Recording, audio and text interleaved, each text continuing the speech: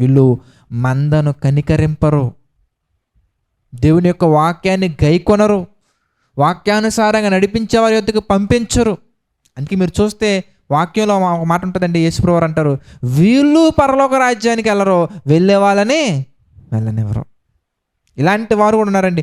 మనం ఎక్కడ ఉన్నామో, ఏది వింటున్నాం అనేది చాలా జాగ్రత్తగా మన హృదయాన్ని మనం పరీక్షించుకుంటూ, వాక్యాన్ని పరిశీలనాత్మకంగా చూస్తూ, వాక్యంలో ఉన్నవి వింటున్నామా లేదనేది చాలా జాగ్రత్తగా చూసుకోవాల్సిన బాధ్యత మనందరి మీద ఉంది ప్రియులారా.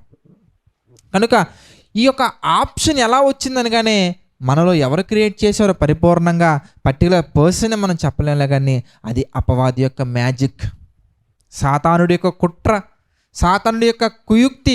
ఒక మనిషిలో దేవుని కొరకు బ్రతుకుతున్నామనే భ్రమలో ఉంటూనే, చిన్నప్పుడు నేను ఒక స్టోరీ విన్నానండి. ఆ స్టోరీ ఏంటంటే, ఒంటె బయట బాధపడుతూ ఉందని యజమానుడు తలదాచుకోవటం కోసం తన ఒంటి యొక్క తల దాచుకోమని టెంటులోకి కొంచెం అవకాశాన్ని ఇస్తే, అది లోపలికి నెమ్మదిగా వచ్చి యజమాని బయటికి గెంటేసిందండి.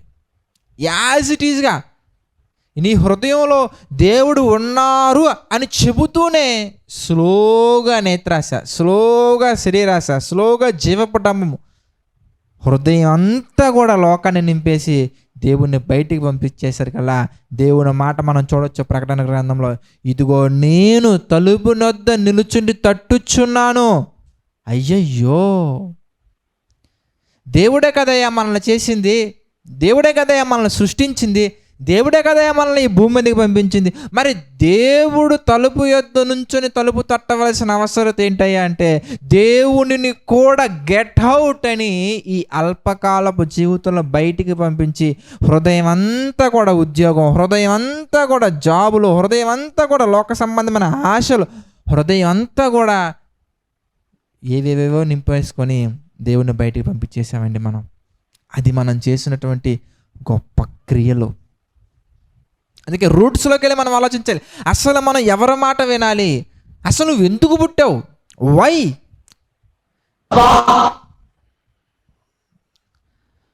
అసలు నువ్వు ఎందుకు పుట్టావు? వై అనేది మనం ఆలోచించాలండి. ఒకవేళ మనం అలా ఆలోచించినట్లయితే ప్రియులారా, ఒక మాట మనం గమనించినట్లయితే కనుక 100వ కీర్తన మనం చూస్తే, 100వ కీర్తన 3వ వచనాన్ని మనం చూద్దాం.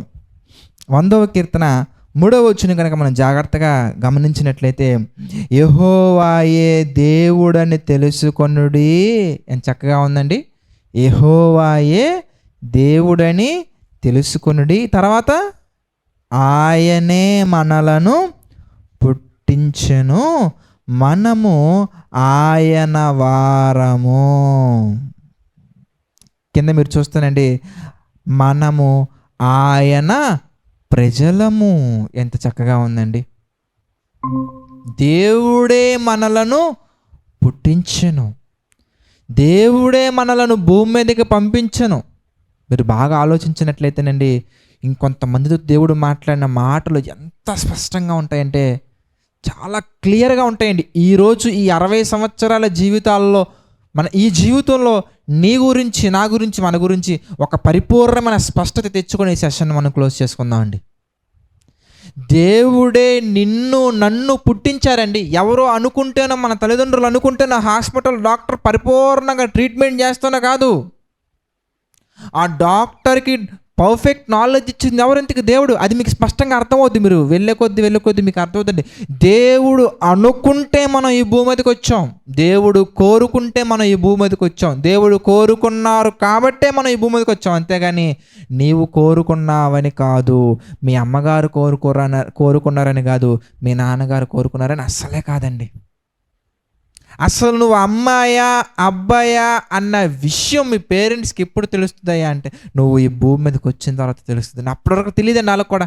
నువ్వు ఎర్రగా ఉంటావా, నల్లగా ఉంటావా, కాలు వంకర, చెయ్యి వంకర, 2 కాలు సక్రమంగా వస్తాయా, హార్ట్ బీట్ బాగానే ఉంటుందా, ప్రీమెచ్యూర్ బేబీ కాకుండా వస్తున్నావా, నీ లైఫ్ ఎలా ఉండబోతుంది, నువ్వు అసలు ఇంతకీ అమ్మాయా, నీ కలర్ ఏంటి, అంతా కూడా ఎప్పుడు గమనిస్తారు, ఎప్పుడు చూస్తారయ్యా అంటే నువ్వు భూమి మీదకు వచ్చిన తర్వాతనే తప్ప ప్రియులారా ఎవరికి తెలియదండి. దావీదు గారు అంటారు, ప్రభువా తండ్రి, నేను పిండమునై ఉండగా నీ కన్నుల నన్ను చూచెను. పిండమునై ఉండగా చూడటం కాదండి, అంతకంటే ముందే, అసలు నువ్వు పిండముగా అవ్వడానికంటే ముందే దేవుని యొక్క ప్రణాళిక ఉంది. అందుకే చక్కగా అంటున్నారు, దేవుడే మనలను పుట్టించెను, ఆయనే మనల్ని పుట్టించెను. నువ్వు ఈ భూమి మీదకి వచ్చావంటే కారణం దేవుడు. అది మనం గుర్తించాలండి. ఒక సందర్భం మనం చూస్తానండి, దేవుడు ఒక వ్యక్తితో మాట్లాడుతున్నటువంటి మాటలు నిజంగా ఆశ్చర్యం కలిగిస్తాయండి. ఇర్మియా గ్రంథం మనం చూద్దాం, 1వ అధ్యాయం మనం చూద్దామండి. ఇర్మియా గ్రంథము 1వ అధ్యాయము,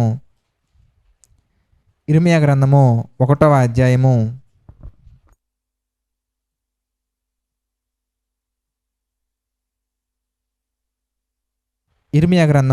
1వ అధ్యాయము 5వ వచనం చూద్దాం.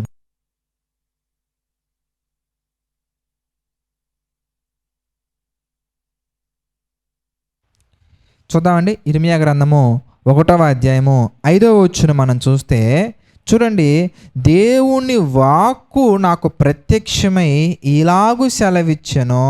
దేవుని యొక్క మాట సెలవిస్తుందంటే ఏమని మనం చూస్తే, గర్భములో నేను నిన్ను రూపింపక మునుపే నిన్నెరిగితిని, నీవు గర్భము నుండి బయలుపడక మునుపే నేను నిన్ను ప్రతిష్ఠించి తిని, జనములకు ప్రవక్తగా నిన్ను నియమించి తిని. చూసారా చక్కగా ఉందో, జనములకు ప్రవక్తగా నిన్ను నియమించి తిని. దేవుని యొక్క వాక్యం సెలవిస్తుంది, ఇగో ఇర్మియా ఏమంటే, ఇగో గర్భములో నేను నిన్ను రూపించి తిని. నిన్ను ఎందుకు పంపిస్తున్నాను తెలుసా? జనములకు ప్రవక్తగా.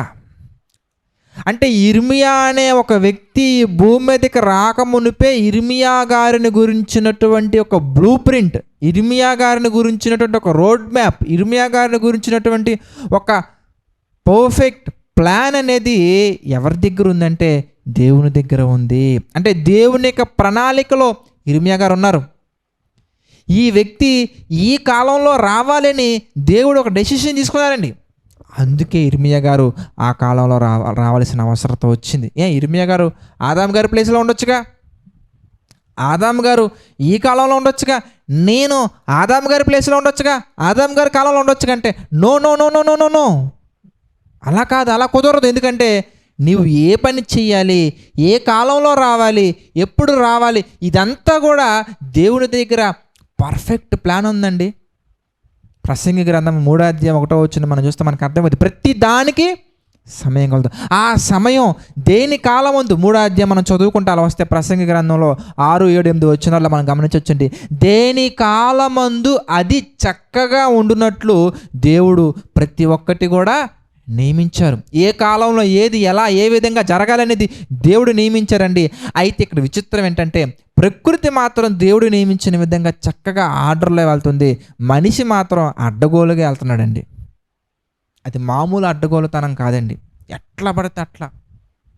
ఒక సందర్భంలో దేవుడు మాట్లాడుతుంటారు, ఎద్దు తన కామాందు నెరుగును, గాడిదతో సంతవాన్ని నెరుగును, ఈ ప్రజలు మాత్రం నన్ను తెలుసుకోవట్లేదండి. అసలు ఎందుకు పుట్టావరా అంటే, నా ఇష్టం అనేవాడు ఒకడు, నన్ను అడిగి కన్నావా అనేవాళ్ళు ఇంకొంతమంది, నేను ఒక యూజ్లెస్ ఫెలో అని పాటలు పాడుకునే వాళ్ళు కొంతమంది. పాటలు అలాగే ఉంటాయండి, నేను ఎంత యూజ్లెస్ ఫెలో అని తెలుసా నీకు అని వాళ్ళే యూజ్లెస్ ఫెలోస్ అని పాటలు పాడుకుంటుంటారండి. కొన్ని పాటలు చాలా విచిత్రంగా ఉంటాయి. నేను బాగా చిన్నప్పుడు వినే ఉండండి ఒక పాట. అప్పట్లో ప్రభు తెలియక ముందు చాలా ఇష్టంగా ఉండేవాడిని నేను కూడా ఆ పాట, ఎందుకంటే ప్రభు తెలియదు కాబట్టి. ఇవన్నీ కూడా ఏంటంటే దేవుని యొక్క ప్రణాళిక తెలియకుండా కొన్ని లేయర్స్ పెట్టేసుకుంటూ వెళ్ళిపోతున్నారండి మనిషి.